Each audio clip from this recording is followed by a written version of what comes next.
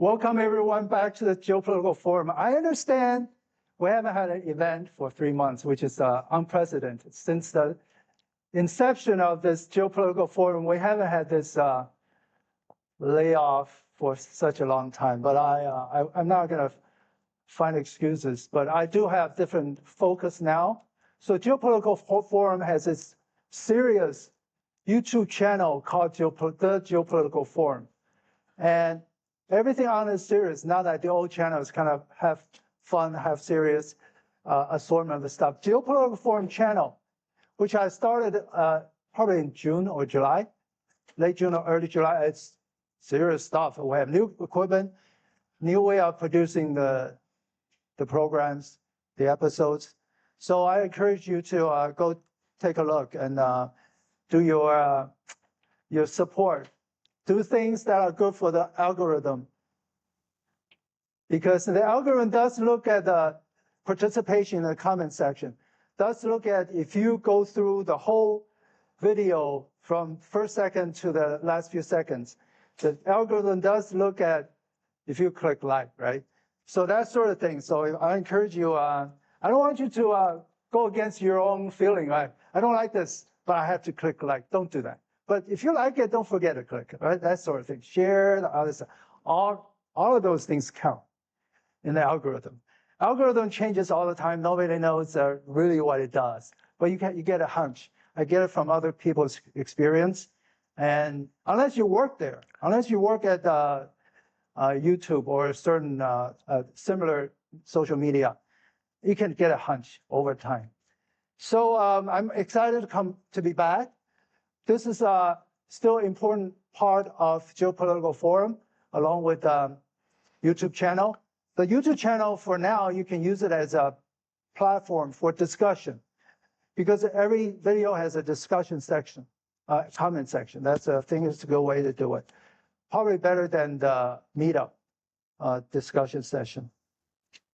So I'm glad to see you guys. I promise I'll do it more often. And actually, in 3 weeks, we have another one about Iran, about the religion, the Middle East, the Abraham something. That'll be good. That will be like an expert doing the presentation. But today, we're going to talk about different from Iran, but still another hotspot. Today we have something not so good. Not so good, but you know, the good speaker makes up for it, right? And when the Cold War ended, the Soviet Union collapsed, and the United States of America became the sole superpower of the world. And 25 years later, China emerged as a second superpower, and is closely closing the gap with the US. But people say, what is going on? Most people, if not all in the world, were surprised. I honestly was surprised sitting here in the United States in my office. Working late, I saw the media with the stuff. I was surprised and suddenly realized, wow, something going on there. And a lot of people very surprised, and whether you're on either side, you're pro-China or anti-China or neutral, everybody's surprised. And some people will actually take their butt and go to China to see what's going on, make it their career, make it their business. The Canadian political theorist Daniel Bell is one of those. He's an Oxford-educated person, historian type. He has spent 20 years in China. Now he's in Hong Kong, some Hong Kong university. He has been teaching. He has published a lot of publications about China, mostly positive. And among those, one book is entitled The China Model, Political Meritocracy and the Limits of Democracy. In that, he argues that, in favor of China political meritocracy against the Western style, one person, one vote style democracy of selection, way of selection of their political leaders. And Dr. Steele think that work of Bell is disappointingly thin and waffly. Hence, today's topic is Chinese political meritocracy superior to Western democracy. So there's two layers. One is we use Bell's characterization of Chinese system of governance. He calls it political meritocracy. If you want to argue against him, you start with his terms. Number two, Dr. Steele turned that statement, claim, into a question. So you know what's going to follow, right? He's going to argue against it. And after that, he will broaden out to political system, forms of governance in general. What's best, what's worst, from a libertarian perspective. So today, Dr. Steele will make a presentation about 35 minutes. Then the floor is all yours. It's the audience, and along with people joining us online. So people joining us online, please submit your questions. So that will be for questions, comments, and rebuttals. If you're online, please submit your question, comments, rebuttals using the chat function on the right side of your screen, the screen and sidebar. And I will announce your comment, question, and rebuttal, and we will treat it. So Dr. Steele, Dr. David Ramsay Steele, is a supreme leader of the Chicago Libertarian Seminar, right? I mentioned libertarian from the libertarian perspective. So he's a long time committed libertarian. He runs this Chicago Libertarian Seminar, heavy-handed. That's why he's a supreme leader. But I'm joking. It's actually, it's a safe space. It's not a safe space in a woke sense of safe space. It's a safe space that's like, essentially you can say anything. You're okay. It's okay to say anything. There's no political correctness. That kind of safe space. I would have triggered the tripwire or stepped on the landmine a couple of times. I came out okay. Actually, I suffered no consequences.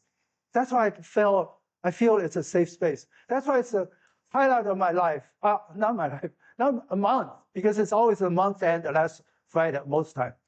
It's a highlight of my month. Even if I got married that month and went on honeymoon in paradise on earth, that seminar at the end of the month still the highlight of my month. And I think there's some audience in the audience, they also went there. He would agree. And I'm sure you're all welcome by. Well, I'm not a host, right? But I'm bold enough to say that you're all welcome. So I hope to see you there next month end, which is coming up. So Dr. Steele, most recent published book is The Conquistador with His Pants Down, David Ramsay Steele's legendary Laws Lectures. So Dr. Steele will have about 35 minutes presentation, and the floor is yours, and I will moderate. And with no further ado, Dr. Steele. Thank you, Chairman Mao. This is a talk I gave before to a libertarian audience, which I think was even smaller than this one. And I promised myself I would spend a couple of days improving it and making it less dependent on libertarian assumptions. But then some idiot spilled an entire mug of hot coffee on my laptop, and that has caused difficulties to do with having a functioning computer. So I didn't actually spend much time at all improving this or making it more compatible with a non-libertarian audience, which is my assumption about a random sample of people from anywhere in the world. It's just as bad as it was when I delivered it the first time. Eric most generously offered me another venue to make it, but it's not been improved appreciably. So my general worldview has been conditioned heavily by the fact that in the late 1960s, I was a Marxist. And then in the early 70s, I discovered that Marx's conception of communism, often called socialism, is absolutely impossible to bring into existence. There can never be a type of society, anything like the type of society that Marx called communism.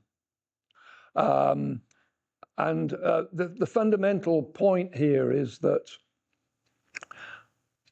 any kind of industrial organization that enables the mass of the population to have high and rising living standards absolutely depends upon the existence of a functioning market economy. And that means that people may learn, I don't think there's an iron necessity about this, but people may learn that the best way to go is in the direction of market capitalism. And I think this is a view I arrived at in the early 1970s, when it was very unfashionable. Now, of course, both Russia and China have completely and totally embraced market capitalism. So more or less as I expected in the early 70s. And it's proved very beneficial to both of those societies, both Russia and China have benefited from it. You know, when Vladimir Putin was interviewed by Tucker Carlson, he said to Tucker Carlson, but really he was addressing the Western world, "We're just as bourgeois as you." And truer word has never been said. Russia is utterly and entirely what Marx would have recognized as a bourgeois society, and so is China. I have another view. By the way, that view was, although I came to it in the early 1970s, it took me until 1992, I think it was, 92 or 93, to publish my first book, which was entirely on that topic, and it's called From Marx to Mises. It makes the case that there is no alternative. If you want high living standards for the masses, there is no alternative to market capitalism. Now, I also think that once you have market capitalism, you have very powerful pressures for a liberal kind of society, liberal in the sense of Adam Smith, John Locke, John Stuart Mill, Herbert Spencer, that kind of liberal, old-fashioned liberal, if you like. So my view is pressures build up in any market capitalist society to move in the direction of Adam Smith liberalism. I think that too has been borne out by experience, by history. Russia, I think, is becoming increasingly liberal. There's an interesting question: why is the United States of America and why is Germany becoming increasingly less liberal? That's not my main topic today. Given this pressure for liberalism, meaning freedom of speech, freedom of association, all those kinds of liberal freedoms, there is going to be pressure for democracy. And democracy we understand as majority vote on electing representatives, but it also has to go with the proviso that there are certain kinds of freedom. Otherwise, you have one man, one vote, as they used to say, one person, one vote, once. And of course, it could lead to a terrible tyranny, as it has done in several African countries recently. So liberal democracy is majority vote plus these safeguards to civil liberties, which are necessary to ensure that you don't have one man, one vote once, but that it keeps on perpetuating itself as a democracy. So given that that's my general outlook on the world, as a Popperian, I'm interested in things that claim to refute my position. And I'm always pursuing arguments which seem to go against my position and run them to earth and find out what they're worth. So I was very interested to learn that there is this guy called Daniel Bell, who has lived in China and has written many works of political science about the Chinese system. He's a big admirer of the Chinese system, and he argues that there is something better than democracy for an essentially liberal society. He argues that the kind of system they have in China is superior to the kind of system that exists in North America and Western Europe, or all of Europe now. So I was interested, and when I first became interested, I was suffering from a delusion, and that I thought that this Daniel Bell was the same Daniel Bell who wrote all that interesting stuff in the 1960s. But of course, that was when this Daniel Bell, the new Daniel Bell, was born around that time. So the Daniel Bell, who was very influential in the 1960s and 1970s, is a different Daniel Bell. So this new Daniel Bell has a middle initial A, Daniel A. Bell. And the great majority of what is written has been about China and the conclusions he draws from China. So in China, there is a system where there is democracy at the most local level. There is voting for representatives at the most local level. But above that, there is no democracy in the sense that the general population can get rid of Communist Party officials at the high levels of Chinese society. There's just no recourse whatsoever. Daniel A. Bell points out that this can be seen as a reversion to the system which prevailed in China for well over 1,000 years.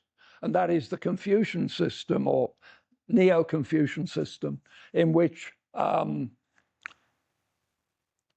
political leadership belongs to people who pass examinations, scholars in all the various arts of government and ethics and so on. And that was indeed the system that prevailed in the Chinese Empire for well over 1,000 years. So it's almost like, it strikes me, coming from Britain and thinking about in those terms, it strikes me as almost like saying that the civil service is the boss and you don't need politicians. But of course, it doesn't really mean that, because the leaders of this civil service are politicians. However, they're politicians who've passed examinations, and that's their claim to some kind of authority. So the Communist Party of China is ruled by people who passed examinations, and their authority springs from their knowledge and not from having been chosen by the people. So you can see how there could be arguments that this is a better system than democracy. So let me just briefly say something about the libertarian or classical liberal view of democracy. This has always been a mixture of hope and suspicion. In other words, classical liberals like Adam Smith, David Hume, John Stuart Mill, Herbert Spencer, they were fearful of some of the implications of democracy, but they thought that appeals to the general population would be useful to overthrow certain interests, which were not representative of the populace in general.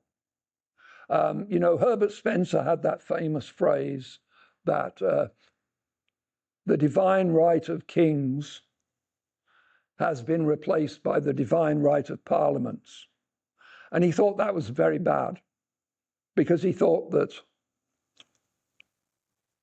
no government should have too much power.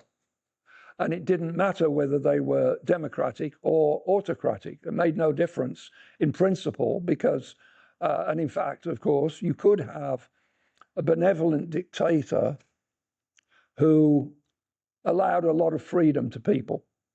At the same time, you could have a democratic regime which destroyed freedom.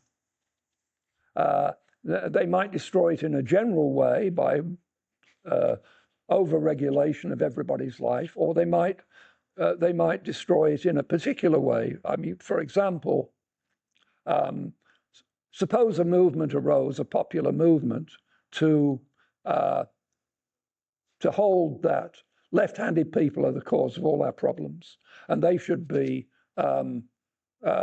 restricted and possibly exterminated. Right? So you have this right-handed movement, militant right-handed movement, and they began to persecute left-handed people. This, by the way, this is one of the reasons why I don't like constant talk about genocide, because when you talk about genocide, you're assuming that mass murder is worse when it applies to a particular ethnic group than when it applies to a random sample of the population, and which I think mass murder is just as bad when it's done by the Soviet Union. It was not directed at a particular ethnic group, as when it was done by the National Socialist government of Germany, when it was directed at a particular ethnic group, or several ethnic groups, but one in particular, the Jews. So anyway, you can have great tyranny under a democracy. It's imaginable, and it has happened. And you can have great freedom under an autocracy if the king decides to leave everybody alone. So democracy and liberty are not the same thing. Neither is democracy a part of liberty. They're just entirely separate. Of course, if you have a benevolent dictator who decides to leave everybody, I suppose you think of someone like Frederick the Great, at a time when religious oppression was one of the major forms of oppression in Europe. Frederick the Great said, Catholics and Protestants and all the different kinds of Protestants, let's just leave that alone. That's no business of me, the king, right? And that's sort of enlightened view. But the problem there, of course, is what do you do when the benevolent dictator dies and it has to be replaced? How can you ensure that the next dictator is equally benevolent? So there is a problem even with the most benevolent dictator. So that's a general view of democracy, and it's not the same thing as liberty. It has the potential to advance liberty, but it also has the potential to reduce liberty considerably. So I'm going to talk a little bit about China. My knowledge of China is very limited, but I've been learning a bit more recently. I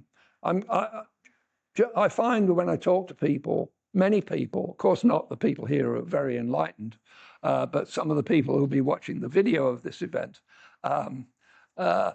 will have certain assumptions about China. So I'll just mention a few fun facts about China today.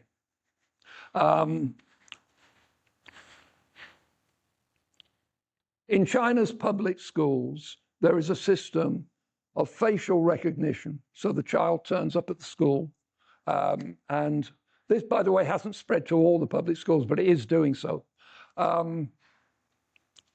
Child turns up at the school, and the facial recognition technology registers that this particular child has shown up. The parents are informed online that this has happened. At each important stage in that child's day, or if there's some accident or problem, the child is identified by facial recognition technology, and the child's parents are informed. So school lunches, the child goes into the cafeteria, chooses certain things, and there's a price for those things. They're not free. This is market capitalism in action, and the parents are informed of every detail of that immediately. So that's an interesting aspect of present-day China. In China, there is a phone number, and it's easy to remember because it's 12345. And if you call that number in China, you get a government agency, and you report to that government agency any problem that you see that has been going on for at least a few weeks and has not been solved, like it might be a big pothole in the road. That agency will look into it. If they decide it requires remedial action, and they fill in the pothole, let's say, they send you a check. I haven't been able to find out how much money you get for this, but anyway, this is a system in China. Another fun fact: the proportion of China's GDP that it is accounted for by private firms has now risen to equal that of the US, 70%, roughly 70%. And it is expected it will steadily increase, so it will eventually become a bigger proportion than the US. So what's going on here? Under Deng Xiaoping, there was a big movement to denationalize, privatize state industries. That's all in the past. But in China, it's very easy to start a new business. So the growth of private businesses in China is, and essentially, anyone can start a business, and there is far less hassle and red tape than there would be in a Western country. And in fact, even Americans or Europeans can go to China and start a new business, and they'll find it much easier in terms of red tape than to do so in their own country. So the private-public division is going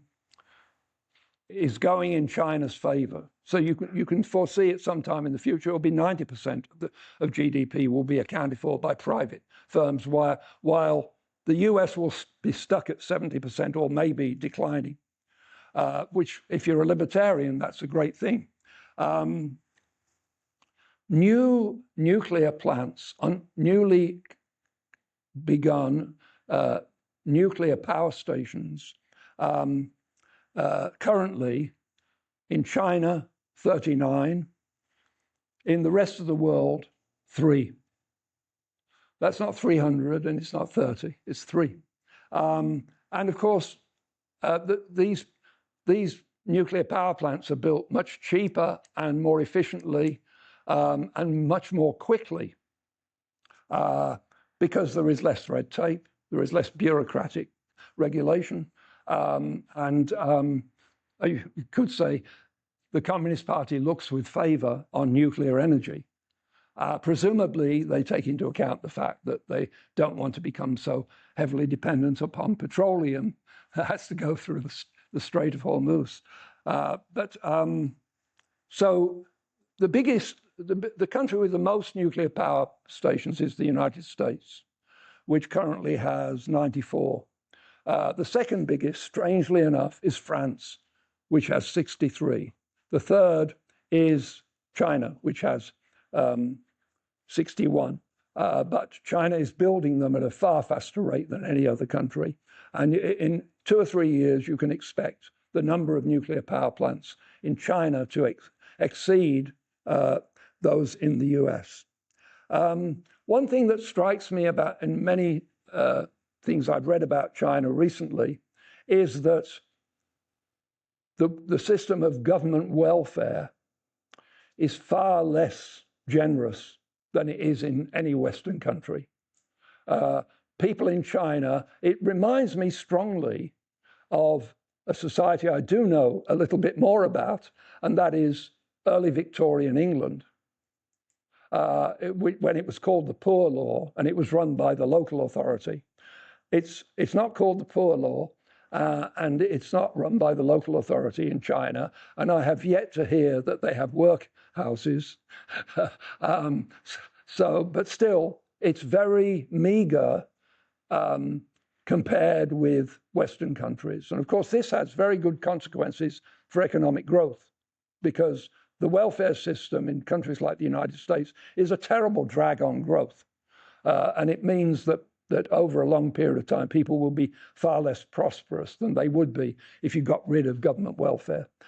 So that's an interesting aspect. Finally, in my list of fun facts, China is about to become the world's leading tourist destination.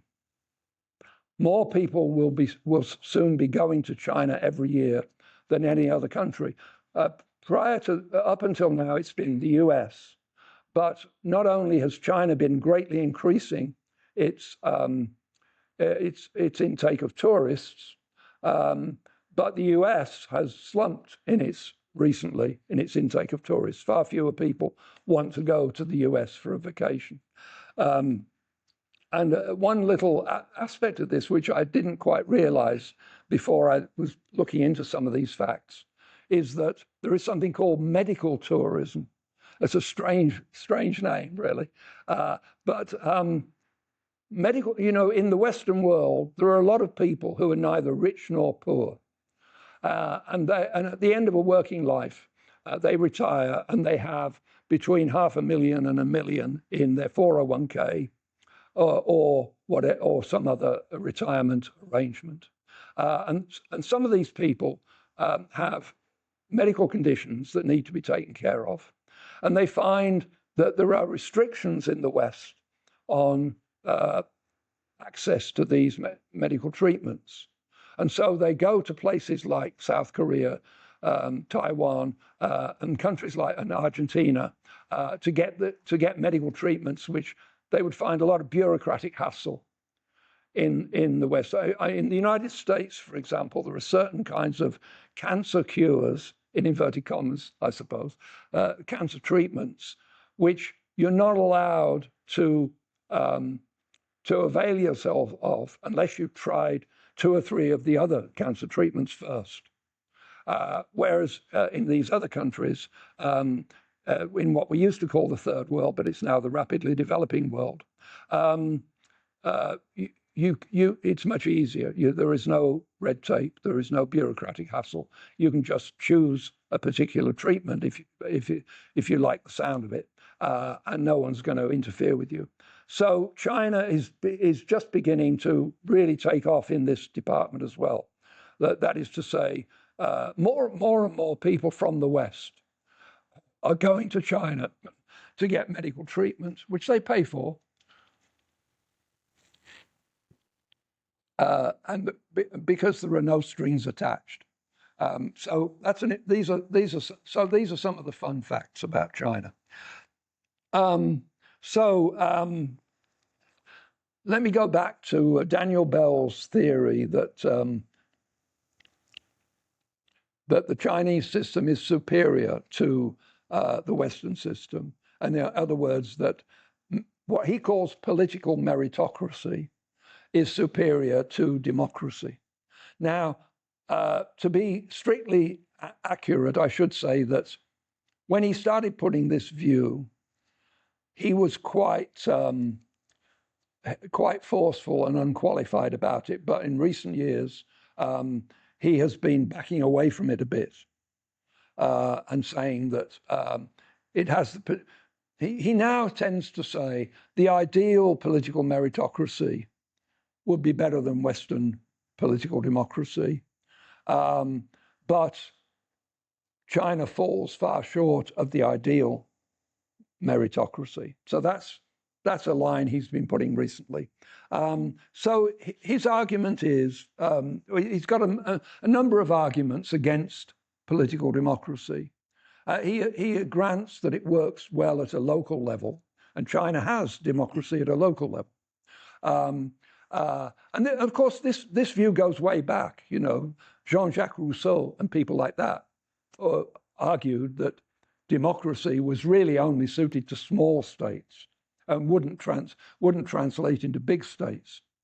And you think of Rousseau as being a great proponent of democracy, but if you look at his proposals for the new Polish constitution, which is one of the few practical areas where he gave recommendations, it's very, very reactionary. And it's not just conservative, it's very reactionary. So there is another side to Rousseau, and I think he's been misrepresented to some extent, although I don't think I'm going to have time to sort that out myself. I rely on other people to do that. So that was one of the fears. The founding fathers of the United States didn't want to create a democracy, and they put certain measures in place to prevent a democracy. They were afraid of democracy for all the usual they were classical liberals, and for all the usual classical liberal reasons, and especially because they foresaw the future of the United States as a big country, and it was generally thought in liberal or Whig opinion at the time that democracy would work well, like in ancient Athens, a small number of people, but won't work well with a big entity.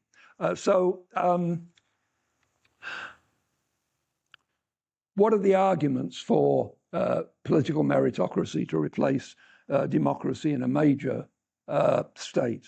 Well, first of all, that you will have the government will be filled with people who are well educated and well informed. So that means you won't have ignorance prevailing. This is one argument. Then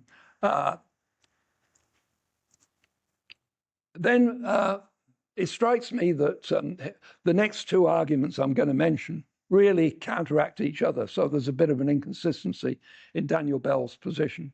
He argues on the one hand that one of the failings of democracy is that people don't have a good understanding of their own interests. They're actually ignorant and irrational when they come to judge public policy because they don't really know what's good for them. At the same time, he thinks that because voting is governed by pursuit of self-interest, it's going to lose sight of broader desirable outcomes. And he frequently mentions climate change, COVID, and what's the other one? I've got a note of it somewhere. Oh yes, the future of AI. These are three things he mentions. To me, this is a bit ridiculous because all three, the actions of strong government was disastrous. COVID, they turned, the governments, and China pioneered the way, of course, and then was emulated by Western governments. They made matters worse. They killed a lot more people than they ever could have hoped to have saved.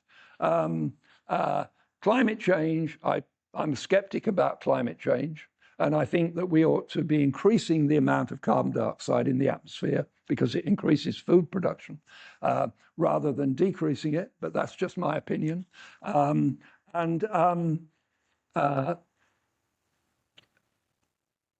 the future of AI, I think we're about to see the bursting of the AI bubble. And I think that you'll see this in the next couple of months. That there will be a huge, it'll be like the dot-com bubble was. You will see the stock market valuation of the AI companies collapse. You will see a revulsion against some of the implications of AI. And you will see the understanding that it's been overhyped. So I would say, in contradiction to Daniel Bell, that people like Daniel Bell, like left liberal academics in the Western world, have a lot of assumptions that are wrong. And if you say people like that should have more say, rather than the general population, to me, that's an argument against them having that say. But those are my views. You may just discount them. So he says that the Communist Party, or the Confucian ruling elite of the civil service, which means the same thing to him, they take into account the future. They take into account the interests of generations yet unborn. But of course, these are areas of culture where they're very susceptible to fashion and to what Dostoevsky called the fire in the minds of men, that they're susceptible to delusions and panics and popular ideas that grab hold of intellectuals and which they become very enthusiastic about. And then 50 years later, everybody said, no, nobody could have been so stupid as to believe that. But then they read the history books and they find that that's just how stupid the intellectuals were. So giving more power to intellectuals' theories about what's going to happen to future generations is not something that I particularly like, although you may like it. I'm getting close to the end, which you will no doubt find a merciful release. When you deal with these ideological contagions, and as an example, I would say wokeism and the idea that what sex you are is something you can determine. I would say that that's the kind of thing I mean by an ideological contagion. These ideological contagions can afflict people who are very intelligent and very well educated. We don't find that when we find an ideological contagion, it's very rarely a genuinely grassroots movement. It's usually something that is spread by intellectuals. And then these intellectuals are thoroughly deluded. You think about intellectuals in relation to Marxism in the 1930s, let's say. These people were living in a dream world, had no idea which side was up. I mean, basically, they held ideas that we now think were completely wrong, completely deluded. So for all these reasons, I don't think that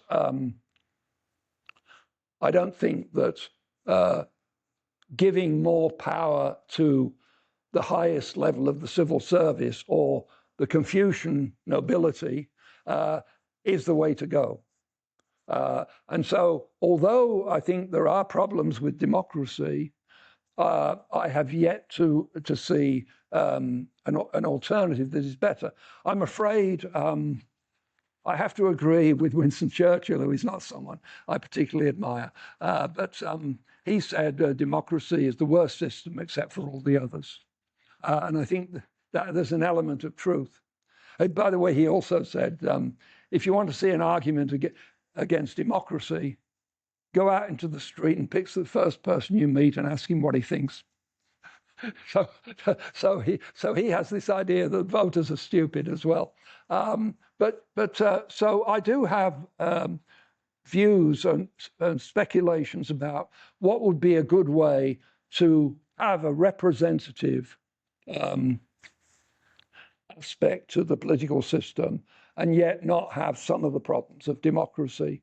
Friedrich Hayek had this proposal for two chambers, one of which would be a popular chamber like, let's say, the House of Representatives, and the other of which would be people in a given age cohort would vote for the people they most admired and thought were the more intelligent and so on. Strangely enough, Daniel Bell mentions this and says that that's a non-starter. And the reason he gives is if you have two chambers and one is fully democratic and the other is not democratic, or not so obviously democratic, there will always be a tendency for the non-democratic one to decline in relation to the democratic one. And I think this is a fundamental fact. This is one of the reasons why I think I can't think of a better political system than democracy. It is that governments need legitimacy. That means they need enduring support in the population. Now, many defenders of China will say people in China are much more satisfied with their government than people in the West. And that's true, I think. I think that's genuinely true. However,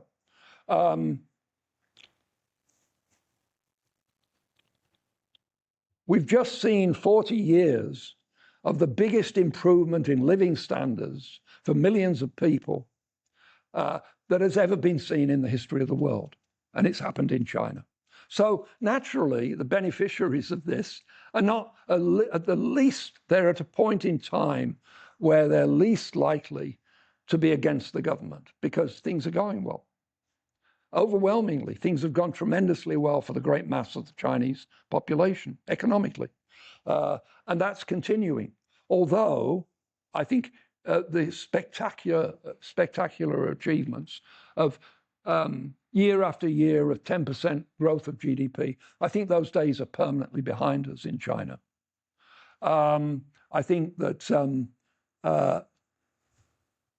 we're going to get stresses and strains. Now, at one point, Daniel Bell says, we could, if we had a referendum in China, we'd find that 80 to 90% of the population would say the government they've got is great. But of course, and he obviously thinks this would be a good idea.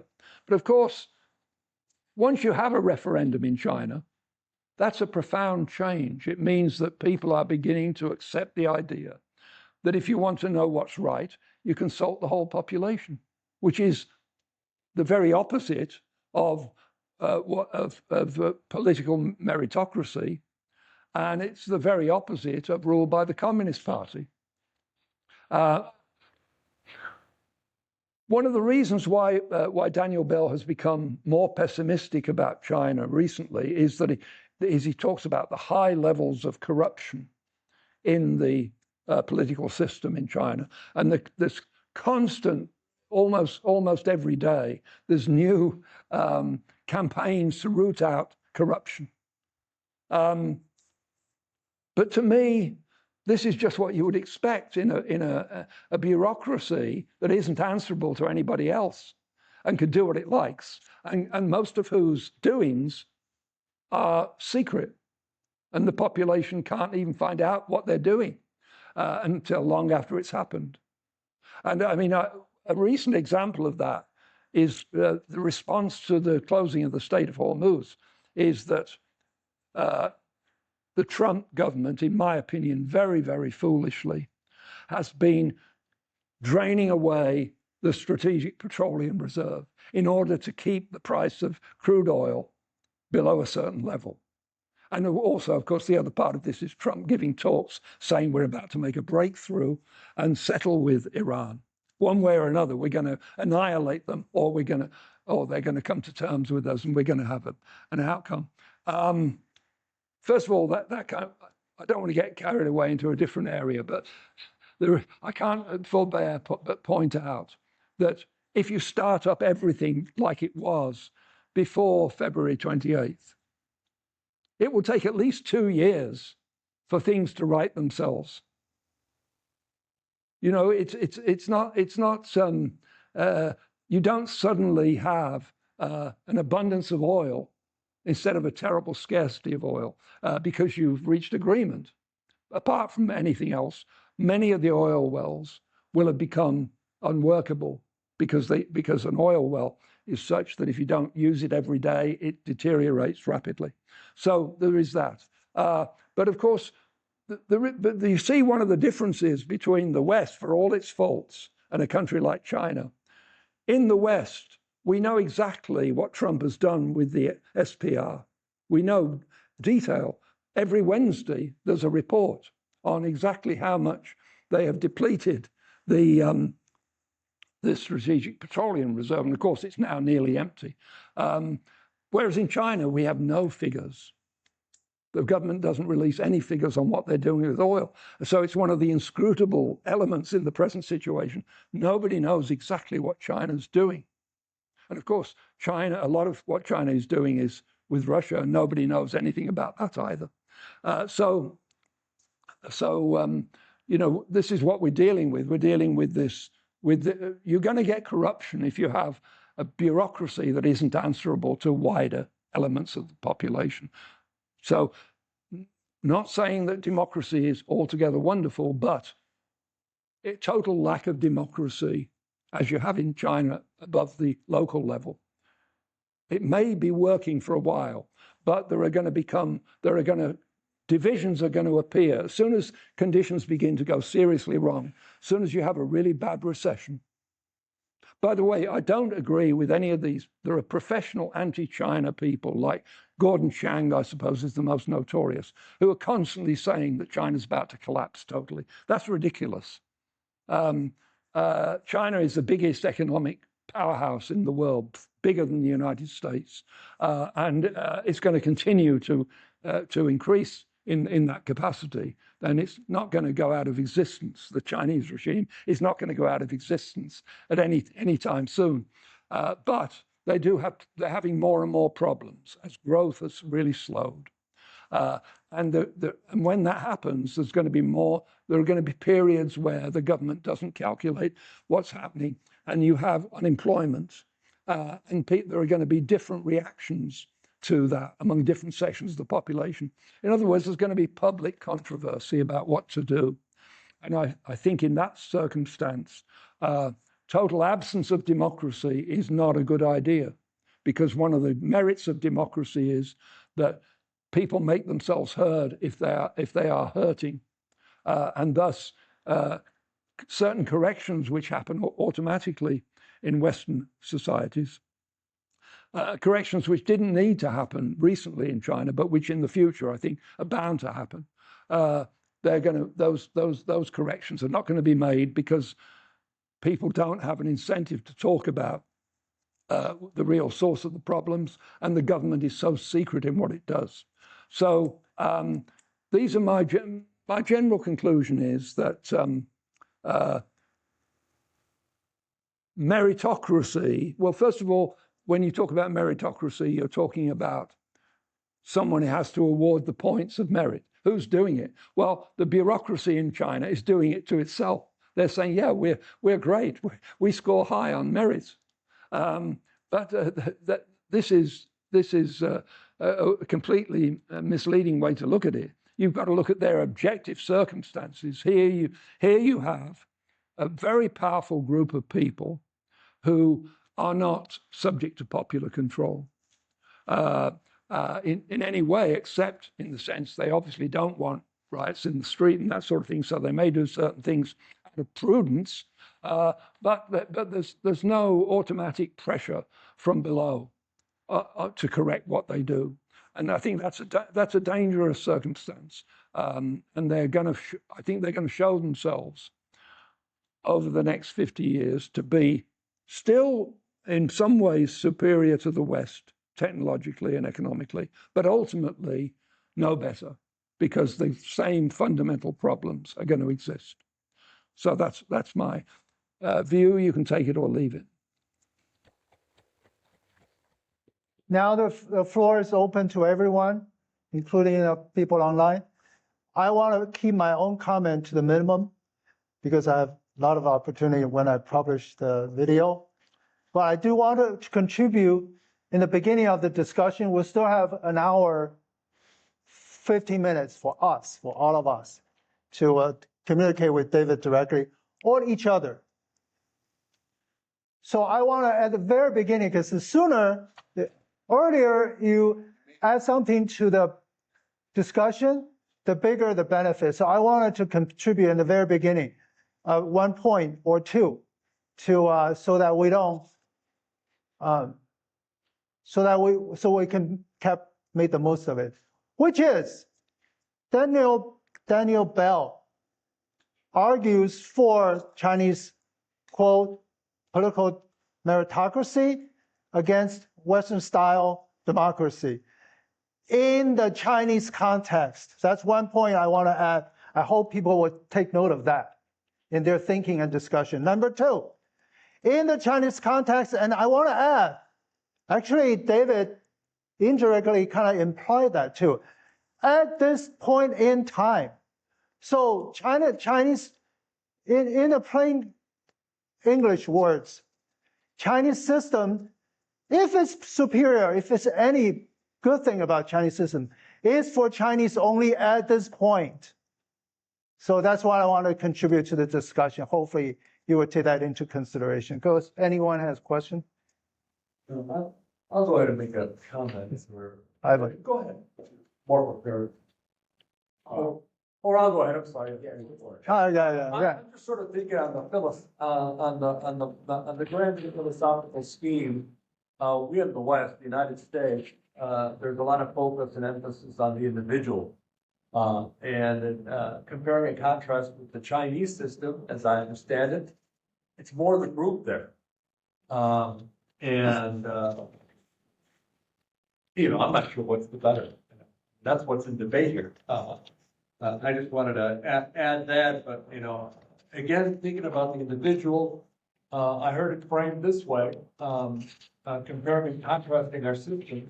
One of them glorifies the lawyer, that would be the West, because of the individual rights, and the other one, the engineer, build things, And thinking about some of the criteria, some of the fun facts that you gave us, that they don't have much of a social welfare program, and say a worker gets injured in the course of employment. Oh, well, the tool is broken, toss him to the side of the street.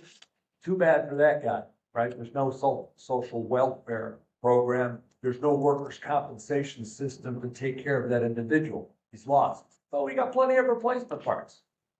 So yes, that type of brutal sense of productivity has to be exalted against the interest of the individual. Sure helps as far as the GDP growth.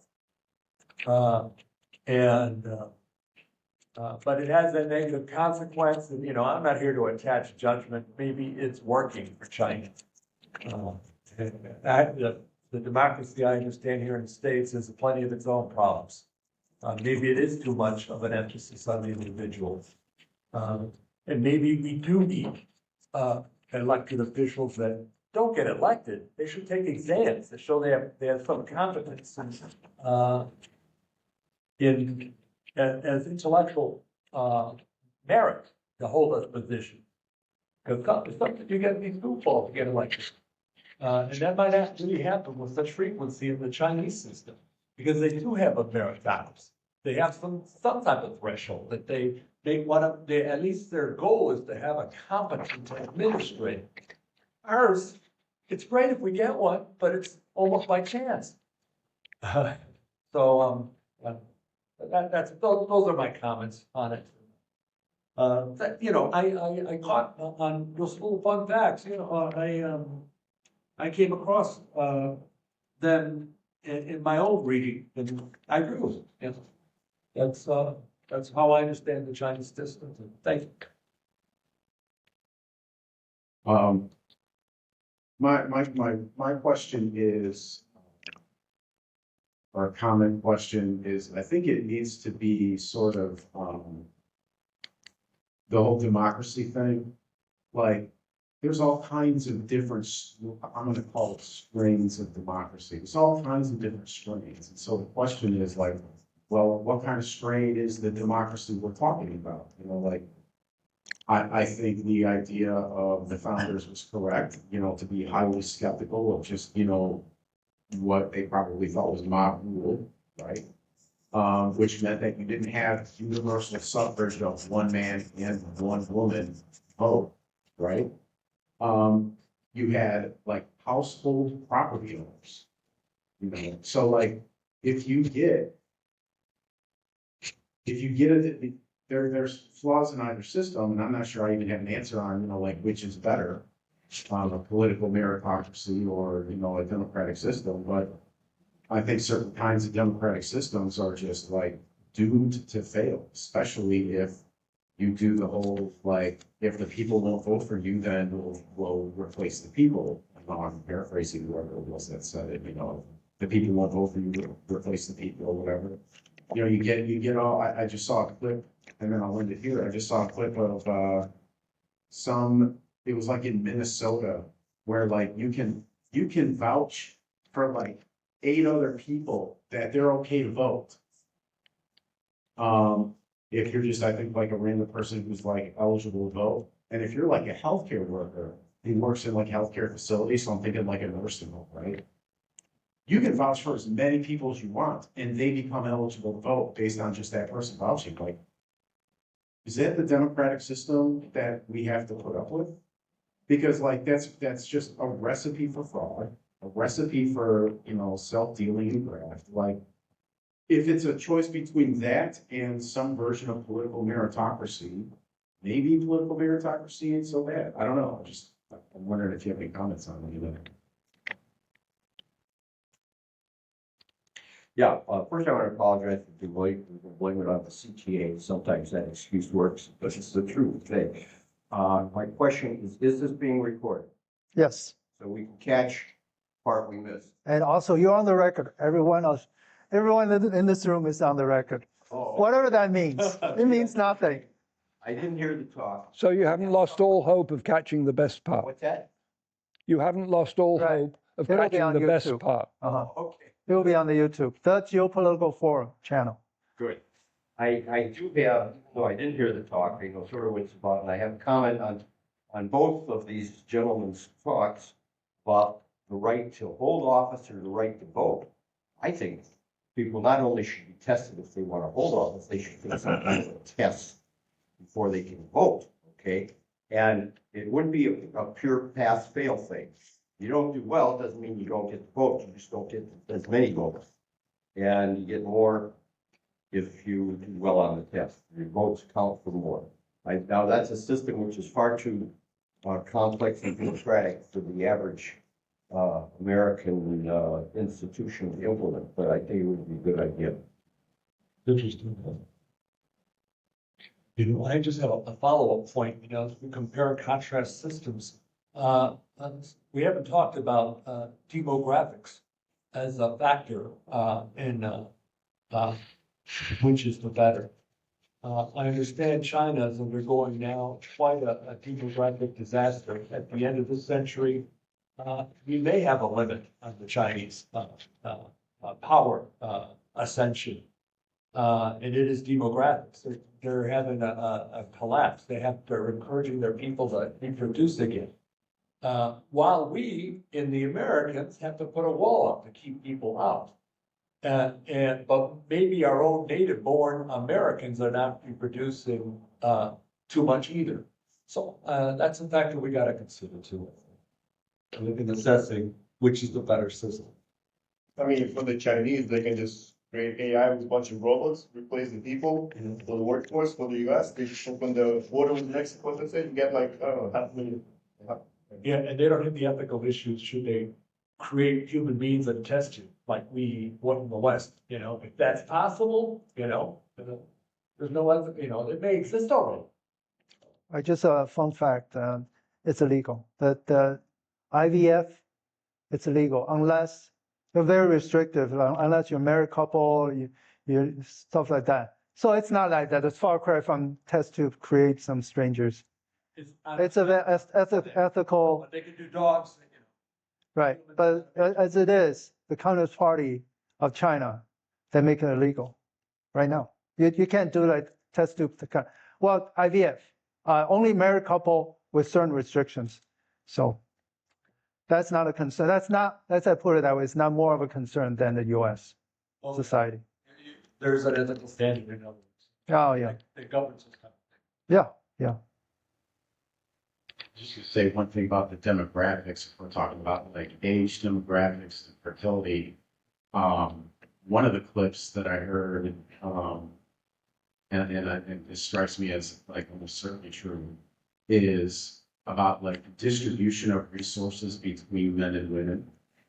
Right. So when men get resources, they look to what they can do with it, like to start a family and to like basically use those resources, share those resources with wife and children.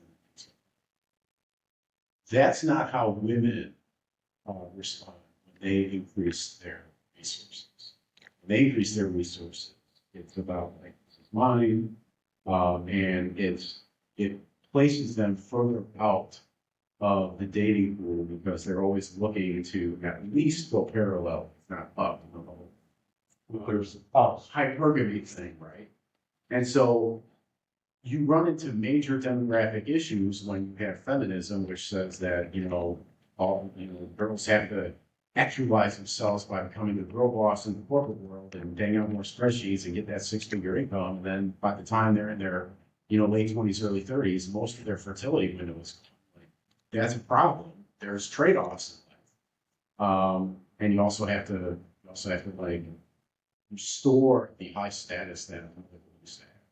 Like, I think there was a Dave Chappelle joke, like, like men do the achieving and stuff because it increases their mate value. And I think it's illustrated in a Dave Chappelle joke. He said, like, men would live in cardboard boxes if that's what sex was, right? Like, if they could get sex just by living in a cardboard box, they would be much less inclined to, like, build the Taj Mahal or the Burj Khalifa or, like, the biggest ass data center to get, like, the lead in AI. You know what I mean? I just thought I'd throw that out. I know what you mean. Yeah, Then go to it deserves throwing their out. workout for this. I would say about the Western democracy. So the question is, can the real democracy coexist within the capitalistic economy where the capital has so much influence on the people themselves? I don't see why not. I mean, if like, for example, we like take like United States, right? There's so many like to be elected, really, if you are like a politician want to be elected, you have to be chosen by there's only two political parties, right? So you have to be chosen by one of them. Otherwise, nobody probably would be elected. So that means it's kind of like, plus those political parties, they financed by the corporations. So those politicians, they pretty much work for the corporations. And those corporations, of course, they control the media, the whatever, the newspapers, everything, all the information around it. So everything we hear around on the TV and stuff like that is actually being paid by those corporations. So now all that stuff is really influenced people's minds. So they show people who to vote for, what to go for, what to choose. So a lot of time people really just like, is it really choosing anything? Like, is it conscious choice, or is it just being like following the media? I'm thinking campaign finance. We gotta get money out of campaigning that addresses many of the evils you just raised. And that's one of the major tweaks as we, analyze our own government and compare and contrast it with the Chinese one. That's a major, probably the most major defect that's right out there in the plain open, but one of the parties or one of the interest groups likes this lopsided battle So they'll fight to preserve it. And maybe they got the votes in the Supreme Court, you know, they're the ones that established it. It's under the right of free speech. Using your money to magnify your voice in politics. And all of a sudden they became citizens, corporations. And there's no check on the freedom of speech, you know. So we gotta tinker with the system. Otherwise, you know, the merit, I'm all for it. I mean, I'm kind of disgusted with the status quo here in the United States. Because I don't see any improvement until we get rid of that. We have a constitutional amendment that says, except for political money donated in the candidates, there is a freedom of speech, something like that. You know, like, for example, like, if I want to be a politician, if I want to just like go and I have my own ideas, and I do not agree with maybe with one party or another party, or so, like, for me to be elected, really, I have to either choose Democrats or Republicans. Otherwise, nobody gonna vote for me. So you have to be really elected. You have to be chosen by those parties. They have to say, you know what, he's actually representing us. Vote for him. Otherwise, I'm never going to be elected. So if I commit to one of them, that means now now they put me in a box. Like they said, you know what, here's our agenda. This is what we're pushing for. You have to support it. If you're against it, we're not going to support you. So now you kind of like, you have to be choosing between those two. Either you go with this box or that box. So now you cannot really be flexible, you know, introduce your own original opinions and how to fix problems and stuff like that. They just pretty much this way or that way. You know, look what the Democrats are going through right now. They have the left extreme, you know, with the Marxists and communists, and they have the centrist Democrats that can actually lure some independent Republicans over in a general election and win. So, I mean, I think that's how we resolve that, at least that the two-party system that we're thinking about. You know, you can either be in the left part of the Democratic Party or the right-wing side of the Democratic Party. The same for the Republicans. You know, they have the white supremacist Nazi group on the far right of the Republican, but I like how you did this as you said that. yeah. So You know, if I that's how we accommodated it. You know, I was looking at those past elections in there for like last like 3 or 4 of them. So I mean, first you had the Democrats, right? Like was it Obama? And then for some reason it was like for people it was so bad, then they actually decided to vote for the Trump. He's actually a billionaire. He came from nowhere. People he thought he was a clown.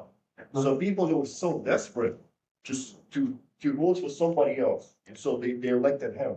So when they elected him, then people said, he's so bad, he's terrible there. They said, okay, let's go back to Democrats. So, you know, they chose the Biden. So now we have a Biden in there. So everybody think, okay, now it's everything going to be much better. But it got so much bad that then people say, you know what, Trump wasn't so bad. Let's re-elect him again. So now the Trump is there. It's even getting even worse. Of course, people are going to say, you know what, let's go back to Democrats in there. And I'm pretty sure it's going to get even worse for Democrats. And then it's going to get even so bad, they're going to say, you know what, let's go back and bring the Trump again for the third or whatever. We may be at the end times, so it's Yeah. Congress. You know, let's face it, we made it 250 years, we may not have that much more left. Yeah. So, You're describing the death rattle, I think. And you know, that's what I actually look at like in the Soviet Union. Because once you create a system, you know, with time, you really have to fix it. You have to be adjusting it with time, because you cannot just create something like 20 years ago, say, you know what, that's it, we're not gonna fix, you know, we're not gonna change it, because people change. You know, we evolve, we you know, everything goes, you know, technology, everything. So we have to adjust it every time, every so many years, 30, 40 years, adjust it, so we actually keep up with like, you know, up to date. But if it's so old and it's so inflexible, it's going to break, and it's break completely. And that's what happened with the Soviet Union today. In the beginning, it was great. It was good because it was introduced, for the World War II. Everything was so. It's actually given like enough time, like 7, 8 years, and then it's just broken. And that's exactly what looks like what's happening with the United States right now. It just in the beginning it worked at that time, but now with more and more and more time, people see it. It just doesn't work anymore. And nobody want to fix anything. It's so inflexible that it's impossible to fix. Period. We can go home now. No, yeah, go ahead. Yeah. I mean, that's the punchline as far as I'm concerned. Go ahead. Yeah, well, that's important. I think what we're saying, the system doesn't work. It works beautifully for some people, for a small number of people, and the people who have either the control or the influence on the control, and the people who are not benefited by it are rising up. I mean, this has happened through the centuries, or even in the last few decades. It happened in Iran when they changed the system by assassinating Moksadai, who was nationalizing the oil. The Brits assassinated him along with American help. And that was beautiful for a while for a lot of people. But then people at the bottom didn't like that, and they had their revolution in '79. The American Revolution was a similar pattern a couple hundred years before. The French Revolution, all these systems that disadvantage a group, to the benefit of a small elite class, last for a while because that elite class has power. But eventually, they seem to go away. The underclass come in and through revolutions, which can be violent or sometimes non-violent. The Soviet Union, it was not a violent revolution unless it became moved to being a democracy and then an oligarchy. So I don't know. I think it'd be interesting to see. I think we're going to learn a lot in October of this year and November of this year. We're going to see some things which will help us predict the future a little better. Not much better, but a little better. Yeah. I was going to make a couple of remarks, but on the demographic crisis, of course, it's true that there is a demographic crisis in China, and there is a demographic crisis all over the Western world as well. But basically, when a society modernizes, the birth rate declines.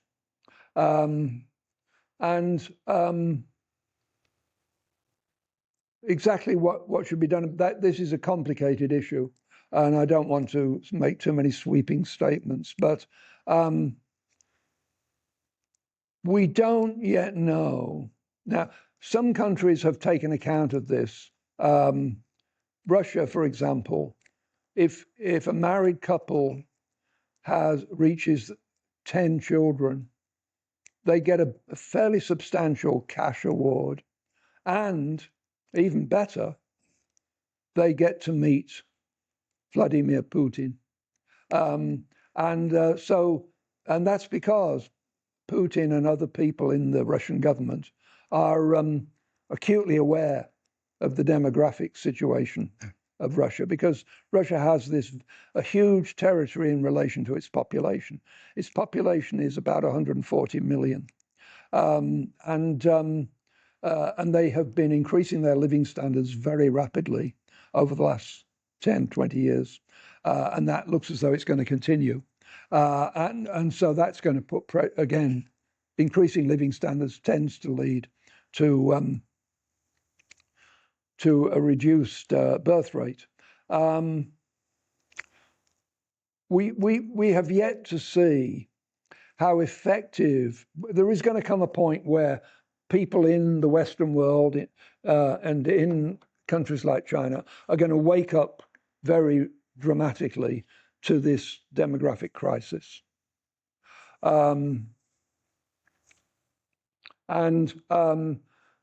all kinds of things are going to be, it's going to become a wave of, an ideological wave, this time one that I tend to, broadly speaking, support, to get birth rates up.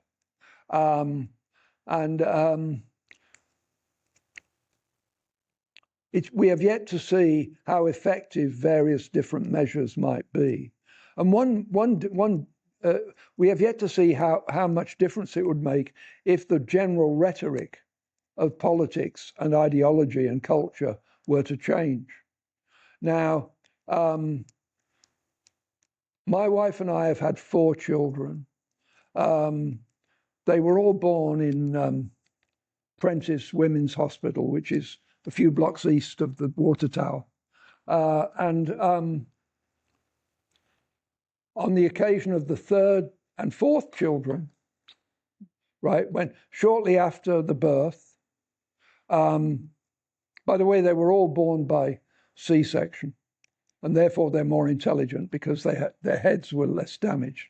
But that's one of my theories. Of course, they have more intelligence because they had our genes. But after the 3rd birth and the 4th birth, someone came to Lisa and said, "Oh, you have an appointment next week to have your tubes tied." Now, we hadn't asked for that. Lisa hadn't asked for that. But this shows the extent of the anti-natalist ideology. There is this anti-natalist, anti-birth, and it really is intense. And the idea that after you've had 2 children, first of all, if you're going to have children, you better have more than 2 to keep the population at the same level, because certain people don't reproduce, certain people die before their reproductive age, and so on. You know, for all kinds of reasons, it's been calculated that to keep the population stable, the average perception of how many children you want for each couple should be 4, because certain people will fail. You know, they won't reach that level. No, I'm talking about any population, UK and US. If that kind of intensity of indoctrination that has happened, where people say, "Oh, you're being irresponsible if you have a 3rd child," which is the prevailing view in the West. If that changes into you're being irresponsible if you stop at 3 children, that is more truthful, then it might have some impact. And of course, there are other things that can be done. Cash induce. I tend to be suspicious of cash inducements like this thing in Russia, because I think that I basically have a feeling, an uneasy feeling, because it's not something I relish, that anything that weakens the nuclear family ultimately weakens the birth rate. Even it might immediately have the effect of incentivizing it, but the nuclear family is important to keeping the birth rate up. It might incentivize the biologically capable folks. I understand. Right. It's a Yeah. symbol of the sign of Right. The desperation of the Russian regime. Right. So you know, that's just one point on the demographic thing. The other thing I wanted to mention was in ancient Athens, which everybody says was the birthplace of democracy. It was a democratic society, and it was a very successful society, except that it kept getting into unnecessary wars, and we all know right now about that problem. But in ancient Athens, they believed in democracy. Well, it was democracy for the citizens. There were a lot of slaves but still they didn't have dishwashers and things, so they had to have slaves, right? So the citizens, the male citizens, I think it was. I don't think the women had a vote, but the citizens believed in democracy and thought they were practicing democracy. And one thing about Athens, Victor shouldn't say anything because I've told him this, right? that people in ancient Athens were highly suspicious of voting for a representative which they considered inherently anti-democratic. So how did they choose people in public offices in ancient Athens? Well, an exception to that was military, where they did do it by voting, right? The other thing is the entire citizenry would meet in a public forum and vote. They'd all vote. Now you might say that's impractical, but of course now we have the internet. It's entirely practical. But the main way in which people were chosen for public office in ancient Athens was by what is technically called sortition. In other words, the way that juries are chosen in our system, by lot. And in fact, the ancient Athenians had a machine that was a randomizing machine to choose, and they found, archaeologists have found examples of this machine, that they used to select by lot the people in public office. So one idea, since one of the problems with democracy is you don't have contending interest groups, would be to have one chamber, let's say the Senate, which would be chosen by the present method of voting for representatives. The other chamber could be chosen by sortition. And I think you'd have to, for this, by lot, chosen by lot.